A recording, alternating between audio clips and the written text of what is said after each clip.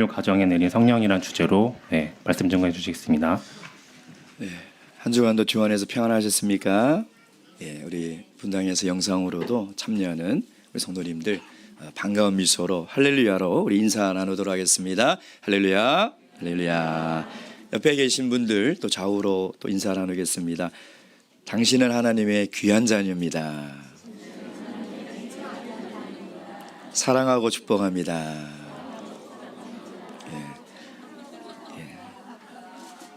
다들 하나님의 귀한 자식들입니다.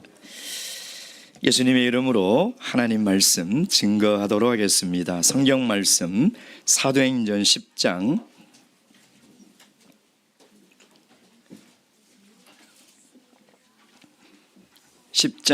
44절에서 48절까지 말씀입니다.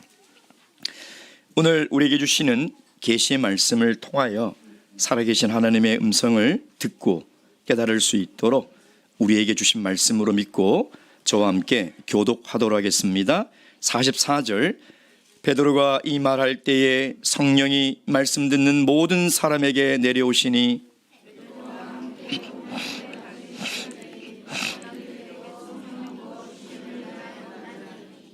이는 방언을 말하며 하나님 높임을 들음이러라.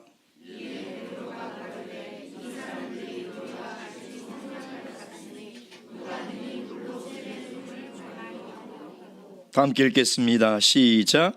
명하여 예수 그리스도의 이름으로 세례를 주라 하니라. 저희가 베드로에게 수일 더 유하기를 청하니라. 아멘. 우리 성도님들 혹시 시를 지어본 적 있으십니까? 아마 어릴 때 한 번쯤은 학교에서 숙제로 동시를 아마 지어봤을 것입니다. 어린아이들의 동시를 읽으면 영혼까지 맑아지는 것 같습니다. 그래서 오늘 우리 동시를 한 편 제가 소개해 드리려고 하는데요. 작가의 허락을 받았기 때문에 법적인 문제는 없을 것 같습니다. 우리 PPT 화면 좀 띄워주실까요? 제목은 성령입니다. 나는 성령을 받고 싶었다. 그런데 오빠가 먼저 받았다. 내가 오빠 먼저 받을 줄 알았는데 아니었다. 그래서 엄마한테 물어봤다. 엄마 나 성령 감동이 있어요? 물어봤다. 끝. 시인 최주영. 이 시인이 이 시를 언제 지었냐면요, 가족들과 함께 에어쇼를 보러 가서 그 에어쇼를 보고 나서 느낌을 다 적는 그 시간에 모든 아이들이 그 신기한 그 비행기를 보고 그 느낌을 적는 그 시간에 우리 시인은 앉아서 이 시를 적었다는 거예요. 제가 이 시를 읽고 얼마나 성령을 받고 싶었으면 이렇게 간절한 마음으로 시를 적었을까. 참 우리 시인의 순수함과 간절함이 느껴지지 않습니까? 제가 목회를 하면서 목회자만이 누릴 수 있는 특별한 하나님의 은혜들이 있어요. 그 중에 하나가 뭐냐면 성령이 내리는 것을 제 눈으로 직접 목격한다는 것이죠.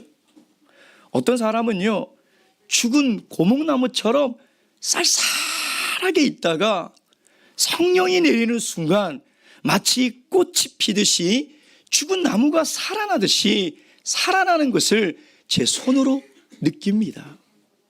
또 어떤 분은요, 성령이 뭔지도 모르고 성령을 들어본 적도 없는데 그냥 나와서 기도하라니 어린아이처럼 순수한 마음으로 두 눈 감고 두 손 모으고 있다가 갑자기 성령을 받아서 방언을 말하는 것을 볼 때도 있습니다. 이렇게 다양한 사람들의 성령을 받는 것을 보지만은 매번 볼 때마다 감격스럽고 은혜가 되는 것이죠. 오늘 고넬료 가정에 내린 이 성령의 사건도 얼마나 감격적인 사건인지 아십니까? 그래서 어떤 신학자들은요, 이방인의 오순절이다라고 이야기를 합니다. 사도행전 2장의 오순절 성령의 사건이 우리 교회 역사에 있어서 얼마나 중요한 사건입니까? 그것과 대등한 이방인의 오순절 사건이라는 것입니다. 그래서 제2의 성령 강림의 사건이 고넬료 가정에 성령이 내린 감격스러운 사건이라는 것이죠. 오늘 이 감격스럽고 은혜스러운 이 사건을 통해서 하나님이 우리 공동체와 우리 삶에 주시는 하나님의 메시지를 잘 듣고 깨달아 살아가시는 그런 귀한 시간이 되기를 주님의 이름으로 축원드립니다. 첫째, 우리가 살펴볼 것은 언제 성령이 내려나는 것이죠. 44절 말씀 보겠습니다. 다 함께 읽겠습니다. 시작.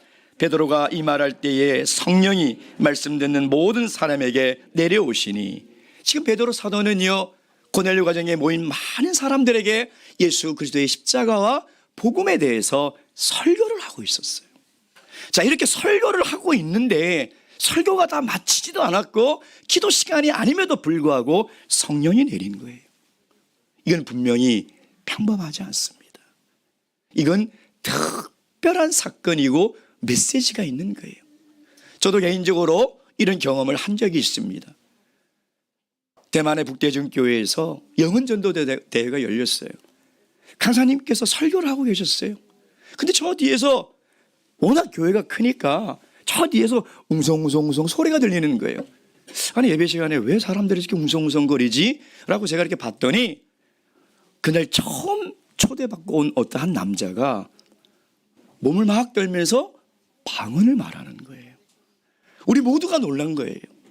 그래서 이 목사님이 설교를 중단하고 함께 기도합시다 라고 하시면서 그 처음 온 분에게 안수를 하니까요, 성령이 마치 기다렸다는 듯이 충만하게 방언이 터지고 성령을 받는 모습을 제가 봤습니다.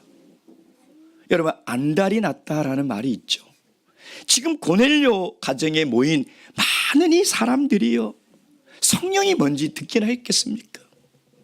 성령에 대해서 공부를 했겠습니까? 성령으로 기도하는 모습을 보았겠습니까? 성령에 대해서 들어본 적도 없고 성령이 무엇인지 본 적도 없는 사람들이에요. 그러나 분명한 한 가지가 있다면 그들은 말씀에 안달이 나 있었습니다. 하나님의 말씀을 너무 듣고 싶었다는 거예요. 하나님의 말씀에 대한 간절함과 사모함이 목구멍에 차서 넘어서요, 그것이 흘러넘칠 정도로 간절한 마음이 충만했다는 것입니다. 상상을 해보면 베드로 사도가 복음을 설교할 때 그들은 그 말씀 안으로 다 빨려 들어갔던 거예요. 하나님의 말씀 안에 그들이 다 들어가 버렸다는 것입니다. 마치 목마른 사슴이 시냇물을 찾아 그 물을 찾아 헤매는 것처럼 하나님의 말씀을 찾아 하나님의 은혜를 누리게 되었다는 것이죠. 여러분, 교만한 사람의 특징이 있어요. 주위에 교만한 사람이 없어서 잘 모르시겠지만 교만한 사람의 특징이 있어요. 이렇게 자세히 보면요, 남의 말을 안 들어요. 남의 말을 안 들어요. 그 왜 그럴까라고 이렇게 보면 교만한 사람은요, 자기의 생각이 절대적이라고 믿어요. 자기의 생각이 진리고 절대적인. 그러니 누구의 말을 듣겠습니까? 자기가 가지고 있는 생각이 절대적인 진리인데 누구의 말을 듣냐 이 말이에요. 안 듣습니다. 교만한 사람은 다른 사람의 말을 듣지 않는다는 것이죠. 여러분, 하나님께 교만한 사람은 어떤 사람입니까? 누가 하나님께 대하여 교만합니까? 똑같습니다. 교만한 사람은 하나님 말씀을 안 들어요. 하나님 말씀을 들을 필요가 없다고 생각하는 것이죠.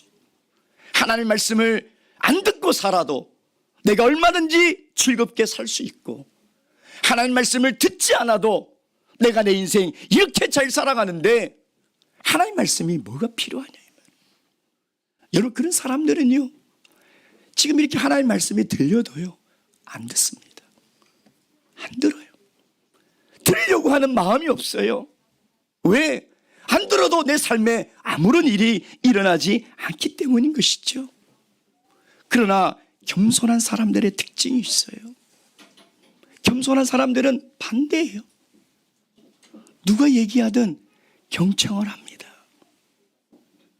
내 생각이 틀릴 수도 있기 때문에, 내가 생각했던 것이 잘못될 수도 있기 때문에 누가 얘기하든, 어린아이가 얘기하든 나보다 젊은 사람이 얘기하든 누가 얘기하든 그 얘기를 경청합니다. 하나님 앞에 겸손한 사람도 마찬가지예요. 누가 하나님 앞에 겸손한 사람이에요?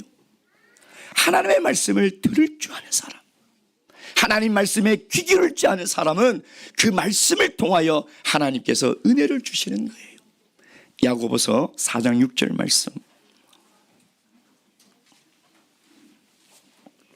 야고보서 4장 6절 말씀,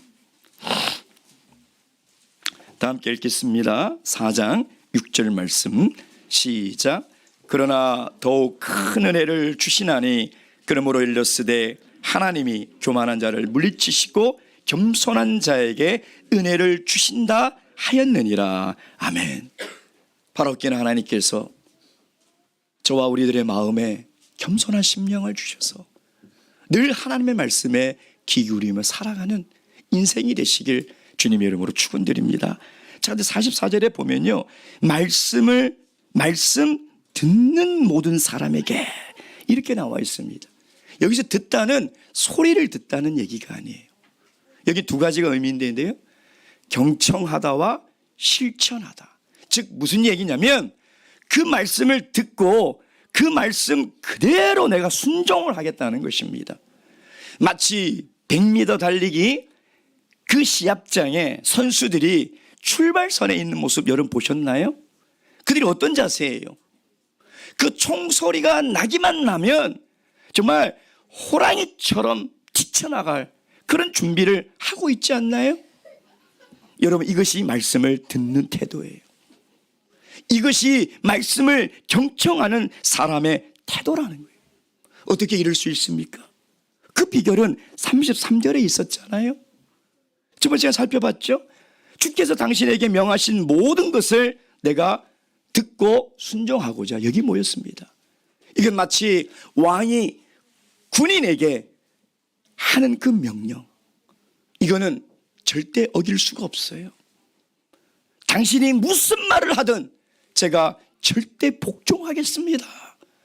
그러려고 우리가 모였습니다. 그런 마음으로 말씀을 들으려고 이 자리에 있다는 것이에요. 특별히 말씀의 홍수 시대를 살아가고 있습니다. 스마트폰만 켜면요, 언제 어디서나 말씀을 들을 수 있어요. 내가 마음만 먹으면 하루 종일 말씀을 들을 수 있어요.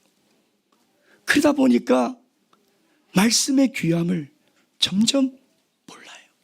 왜? 내가 언제든지 들을 수 있다고 생각해요. 내가 듣고 싶을 때 들을 수 있다라고 생각하는 거예요. 여러분, 이런 시대에 우리가 살아가고 있어요. 이럴수록 우리가 하나님의 말씀에 대한 간절함이 살아나지 않으면, 하나님의 말씀을 듣고 내가 순종하며 살겠다는 마음이 없으면 우리가 어떻게 믿음을 가지고 살아갈 수 있겠습니까? 하나님의 말씀을 경청하고 내가 그 말씀대로 살아가겠다는 그 마음이 우리에게 필요한 것이죠. 자, 이 하나님의 말씀을 사모하는, 듣고 경청하는 이 마음에 하나님께서 성령을 주신 거예요. 그랬더니 그 성령 받은 증거가 뭡니까? 46절 다 함께 읽겠습니다. 시작. 이는 방언을 말하며 하나님의 높임을 들음이라. 여기서 방언은 글로사라는 단어를 쓰고 있는데요, 혀소리라는 소리예요. 혀소리. 그래서 이 혀소리는 알아들을 수 없는, 흉내낼 수 없는, 그래서 공동번역 성경에는 이렇게 되어 있어요. 기이한 언어를 말하더라. 여러분, 우리 방언 소리 들어보셨잖아요. 이걸 누가 흉내냅니까? 이걸 누가 알아들을 수 있습니까? 그러니 베드로가 이 이방인인 고넬료와 이 가정에 모인 사람들이 성령 받은 것을 무엇으로 알았습니까? 방언을 말하는 것으로 알았다는 거예요. 근데 여기에 47절 보세요. 다 함께 읽겠습니다. 시작. 이에 베드로가 가로되 이 사람들이 우리와 같이 성령을 받았으니. 자, 우리와 같이 성령을 받았으니, 이 말은 무슨 말입니까? 우리와 같은 성령을 받았다는 거예요. 사도행전 2장 오순절 마가의 다락방에서 우리가 받았던 그 성령과 같은 성령이 지금 내려서 그들도 같은 성령을 받았다라고 이야기하는 것이죠. 즉 오순절 성령과 고넬료 가정에 내린 성령이 동일한 성령이라는 거예요. 이것은 매우 중요한 사실입니다.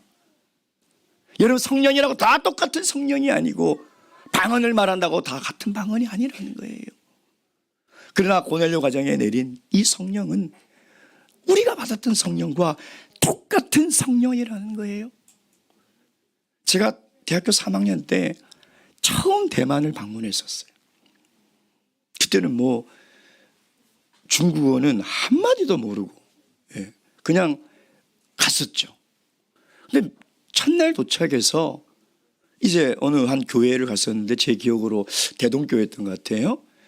교회 갔는데 이제 찬양 교류 시간인데 제 마음속에 제일 궁금한 게 뭐였냐면, 중국 사람들은 어떻게 방언을 할까? 들어본 적이 없잖아요. 중국어처럼 할까? 어떻게 할까? 너무 궁금했어요. 그래서 기도에 집중하기보다는 저 사람들이 방언을 어떻게 할까? 근데 저하고 똑같이 하는 거예요. 그때 우리가 한 성령 안에 있는 한 가족이구나. 얼마나 제 마음이 뜨거워지든지, 내가 받은 성령과 저 사람들이 받은 성령이 같은 성령이구나. 그랬더니 그 다른 민족이고 그 거리가 멀고 생전 처음 봤던 사람들인데도요, 그냥 오래된 가족 같고 늘 봐왔던 사람과 같은 그런 느낌이 저도 모르게 들었다는 것이에요. 에베소서 4장 4절 말씀. 에베소서 4장 4절 말씀. 에베소서 4장 4절. 4절부터 6절까지 말씀입니다. 4장 4절부터 6절까지 말씀입니다. 다 함께 읽겠습니다. 시작. 몸이 하나요 성령이 하나이니 이와 같이 너희가 부르심의 한 소망 안에서 부르심을 입었느니라. 주도 하나이요 믿음도 하나이요 세례도 하나이요 하나님도 하나이시니 곧 만유의 아버지시라. 만유에 계시고 만유를 통일하시고 만유 가운데 계시도다. 아멘.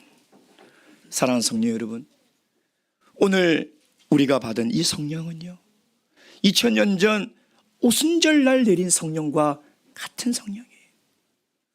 그들과 우리가 2000년이라는 시간의 거리가 있고 시대가 다른 시대를 살아가지만 하나님은 성령 안에서 만유를 통일하셨어요.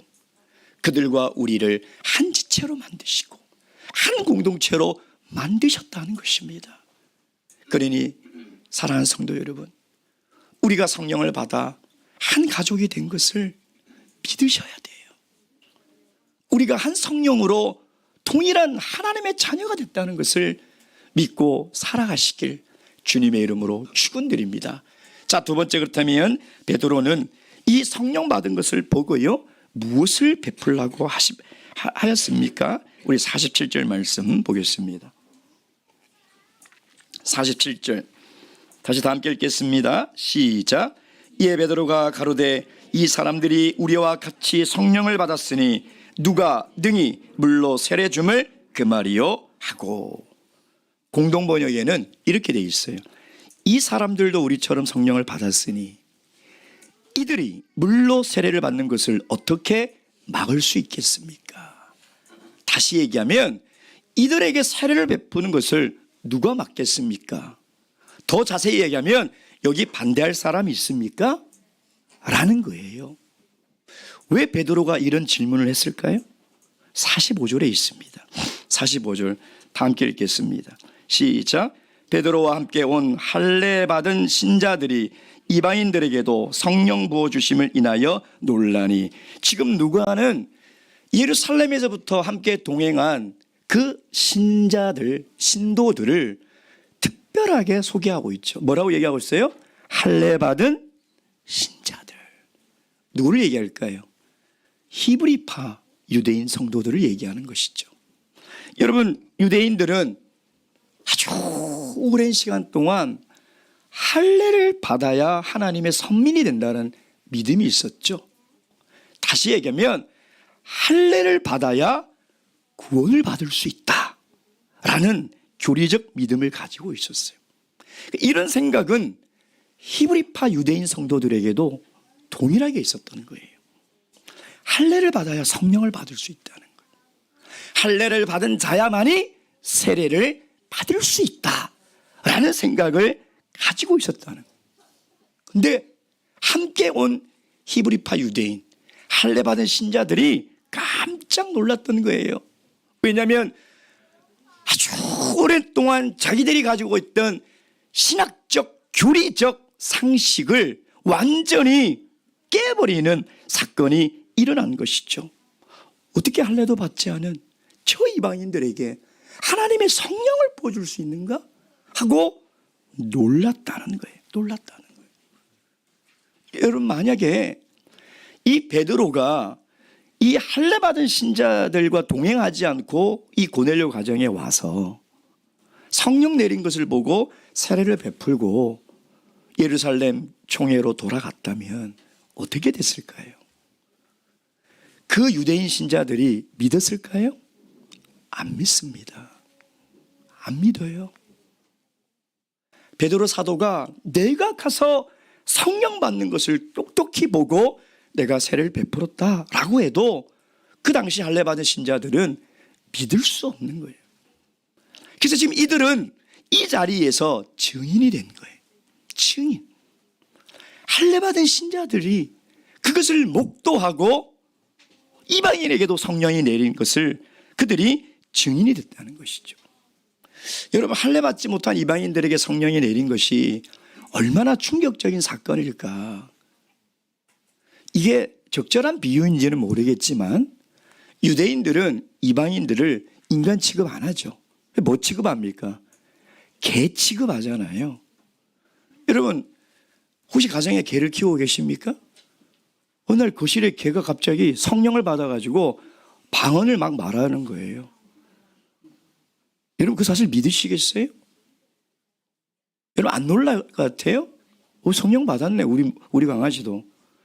그럴 것 같아요? 여러분, 그 당시 할례 받은 신자들에게는 이게 똑같은 충격이에요. 어떻게 개들이 성령을 받을 수 있냐? 어떻게 인간이 아닌 저들에게 하나님이 성령을 보여줄 수 있냐? 그러니 깜짝 놀란 거예요. 그래서 베드로가 물어본 거예요. 저들에게 세례 베푸는 것을 반대할 사람 있습니까? 막을 사람 있습니까? 베드로가 뭐라고 얘기합니까? 다시 한번 읽겠습니다. 47절 시작. 이에 베드로가 가로되 이 사람들이 우리와 같이 성령을 받았으니 누가 능히 물로 세례 줌을 그 말이요 하고, 베드로 사도는요, 저들에게 세례 주는 것을 막을 자가 없다라는 거예요.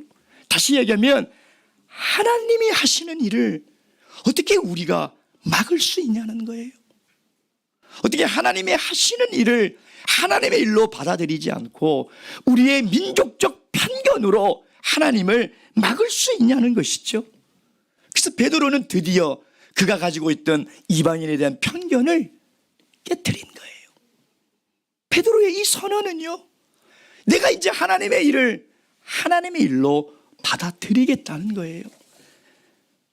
여러분, 우리는 하나님의 일을 하면서도요, 내 생각과 내 상식과 맞지 않으면요, 하나님의 일로 받아들이지 않아요.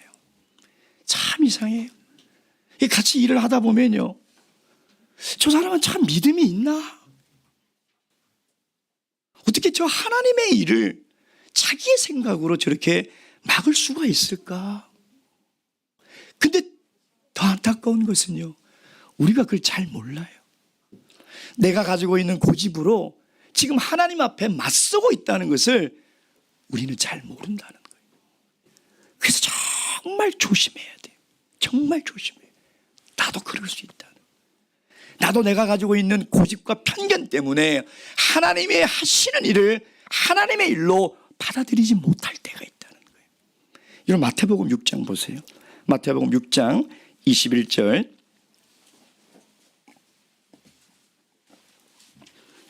마태복음 6장 21절에서 24절까지 말씀. 21절에서 24절까지 함께 읽겠습니다. 시작. 이때로부터 예수 그리스도께서 마태복음 6장 21절 아닌가요? 제가 그 성경 구절 잘못 찾았는 모양입니다. 마태복음 6장 21절 제가 읽겠습니다. 이때로부터 예수 그리스도께서 자기가 예루살렘에 올라가 장로들과 대제사장들과 서기관들에게 많은 고난을 받고 죽임을 당하고 제3일에 살아나야 할 것을 제자들에게 비로소 가르치시니. 이제 제자들에게 처음으로 얘들아 내가 예루살렘에 올라가면 이제 내가 잡히게 될 거고 십자가를 지고 죽을 것이다 라고 비로소 가르쳤어요. 자, 그랬더니 22절에 베드로가 예수를 붙들고 가나여 가로되 주여 그리 마옵소서 이 일이 결코 주에게 미치지 아니하리라. 여기 보면 예수님을 붙들고 가나여 이렇게 되어 있는데요. 어떤 성경학자는 이렇게 이것을 풀어서 설명하더라고요. 예수님의 멱살을 쥐고 꾸짖어 가로되. 누가요? 베드로가요. 베드로가 누구의 멱살을 쥐고요? 예수님의 멱살을 쥐고 꾸짖어. 그렇게 하면 안 됩니다 라고 했더니 예수님이 뭐라고 얘기하냐면 23절 예수께서 돌이키며 베드로에게 이르시되 사단아 내 뒤로 물러가라. 너는 나를 넘어지게 하는 자로다. 내가 하나님의 일을 생각지 아니하고 도리어 사람의 일을 생각하느니라. 여러분 누가 사단의 일을 하는 사람인지 아세요? 사람의 생각으로 일하는 사람이에요. 사람의 생각으로 일을 하는 사람이 사단의 일을 하는 사람이에요. 여러분 이게 얼마나 무서운 건지 아세요? 내가 가진 생각과 상식 가지고 하나님의 일을 하는 것은요 사단에게 이용을 당하는 거예요. 그러니 얼마나 우리가 주의해야 됩니까? 그러면서 예수님께서 뭐라고 말씀하십니까? 이 예수께서 제자들에게 이르시되 아무든지 나를 따라오려거든 자기를 부인하고 자기 십자가를 지고 나를 쫓을 것이라. 자기를 부인하라는 것은 네 생각 내려놔라는 거예요. 네가 가지고 있는 편견과 아집 그거 내려놓지 않으면 절대 나 못 따라온다. 이게 제일 어려운 거예요. 왜? 모든 인간은 자기 고집이 있어요. 모든 인간은 자기 주장이 있어요. 간단하게 2살짜리 자기 주장 없을 것 같아요? 자기 주장이 있어요. 2살짜리가 자기 주장이 있는데 80 먹은 어르신이 주장이 없겠냐 이 말이에요. 그러나 여러분 우리가 인간적인 생각으로 하나님의 일을 하고 신앙생활을 하는 것은요 하나님의 일을 막는다는 것입니다. 성령이 말씀 중에 이방인들에게 임했다는 것은 도저히 우리 상식으로는 받아들일 수 없는 사건이지만 이것을 하나님의 하시는 일로 받아들였다. 누가 능히 이들에게 세례 베푸는 것을 막을 수 있냐? 막을 수 없다는 거예요. 누가 하나님이 하시는 일을 막을 수 있겠습니까? 막아서도 안 되고 막을 수도 없다는 것이죠.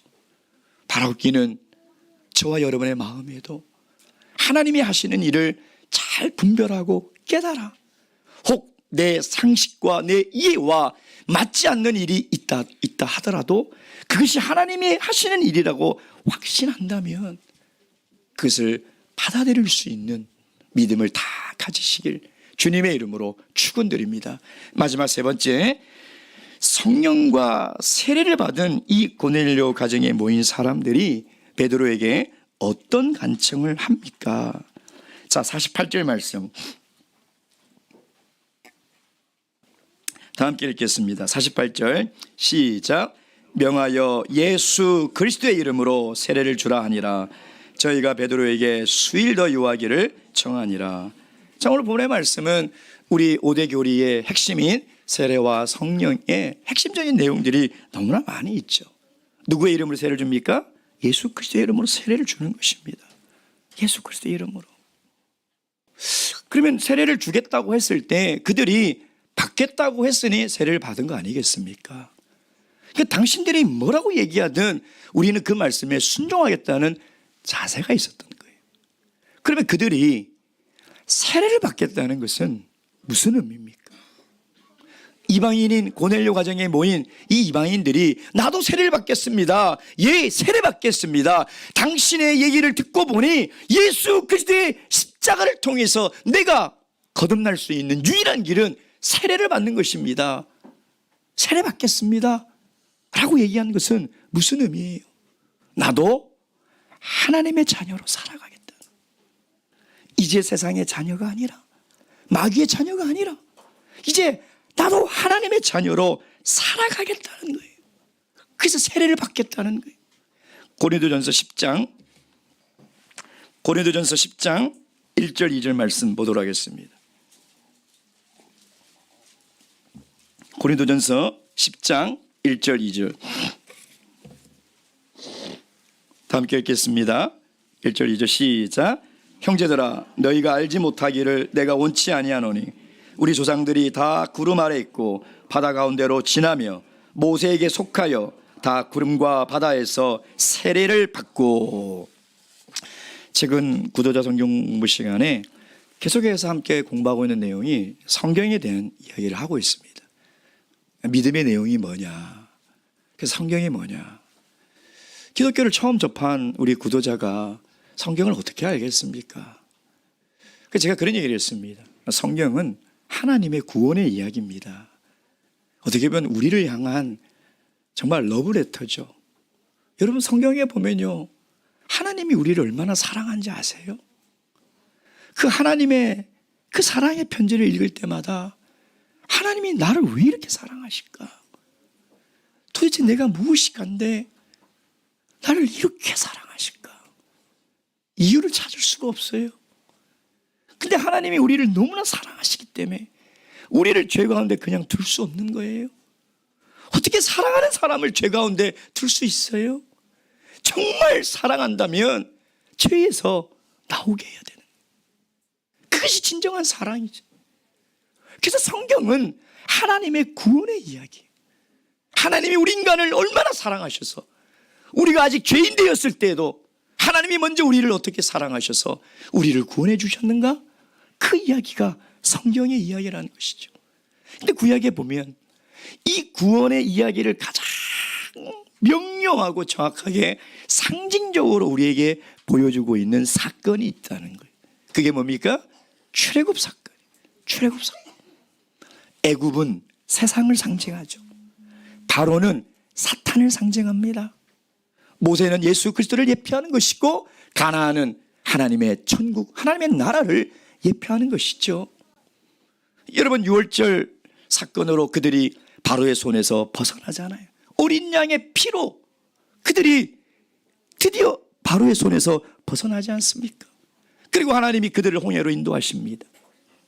이스라엘 백성들을 내보낸 것을 후회하고 깨닫는 순간 다시 이 바로가 쫓아오죠.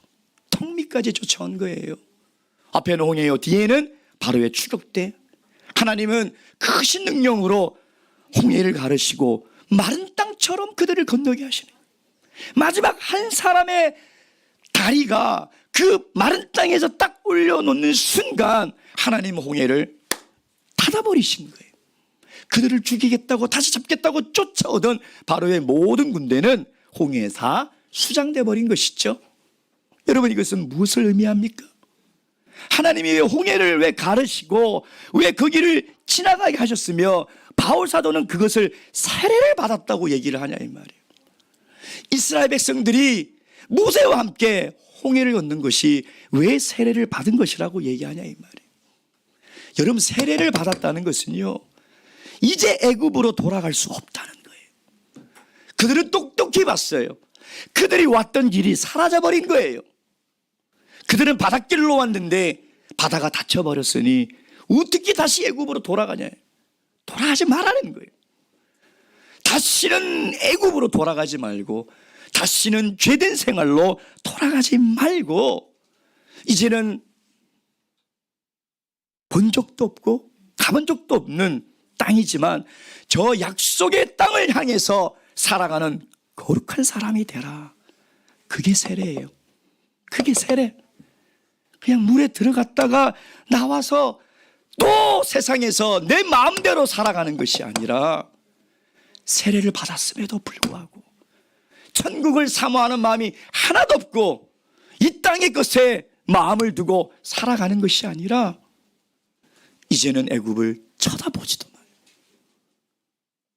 돌아가지도 말고 하나님의 거룩한 백성으로 살아가라는, 그게 세례고 그게 하나님의 자녀가 된다는 거예요.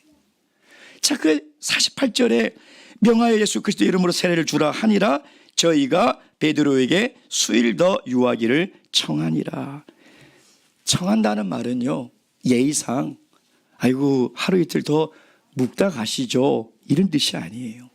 이 청하다는 이 단어의 의미는 마음을 다해서 간절하게 요청하다. 마태복음에 보면 귀신 들린 딸을 낫게 하려고 이방인인 이 여자가 예수님께 오잖아요. 예수님 뭐래요? 나는 개들에게는 줄 게 없다. 주여, 맞습니다. 그러나 개들도 주인의 상에서 떨어지는 부스러기라도 먹지 않습니까? 저에게 부스러기 같은 은혜라도 주시옵소서 라고 간청할 때 쓰는 그 단어와 동일한 단어예요. 누가요? 고넬료가. 누구에게요? 베드로에게. 제발 수일 더 여기에 머물러 주시옵소서. 베드로는 이 간청을 거절하지 못하고요, 오랜 기간 동안 여기에 머물렀습니다. 왜 고넬료는 이렇게 간청했을까요? 이 기간 동안 고넬료와 이 성령 받은 사람들은 무엇을 물어봤을까요? 베드로는 무엇을 가르쳐 줬을까요? 분명히 고넬료는 이런 질문을 했을 거예요. 물과 성령으로 거듭난 우리가 이제 어떻게 하나님의 자녀로 살아갈 수 있습니까? 하나님의 자녀가 된 우리가 어떻게 살아야 하나님 자녀답게 살아갈 수 있습니까? 베드로 사도는 분명히 이렇게 가르쳤을 겁니다.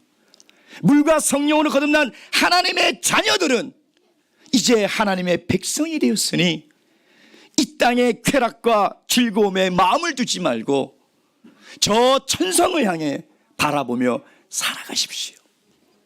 이제 물과 성령으로 거듭난 그리스도인이 되었으니 이제 세상의 빛과 소금이 되어 주님 오시기 전까지 이 복음을 증거하며 살아가십시오.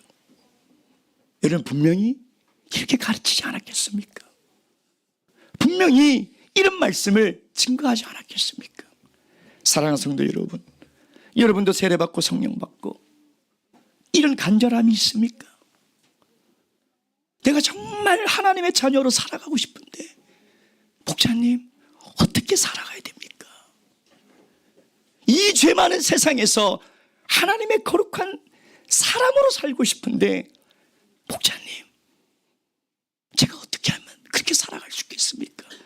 그렇게 간절히 물어보고 싶은 마음이 여러분에게 있습니까? 이 세상의 즐거움, 이 세상의 유익함 다 끊어버리고 하늘나라를 사모하며 살아가고 싶은 그 간절함이 있습니까? 바라옵기는 물과 성령으로 거듭난 우리들의 마음속에도요, 이 땅에서 하나님의 거룩한 백성으로 살고자 하는 뜨거운 열망이 가득하시길 주님의 이름으로 축원드립니다. 묵도하시겠습니다.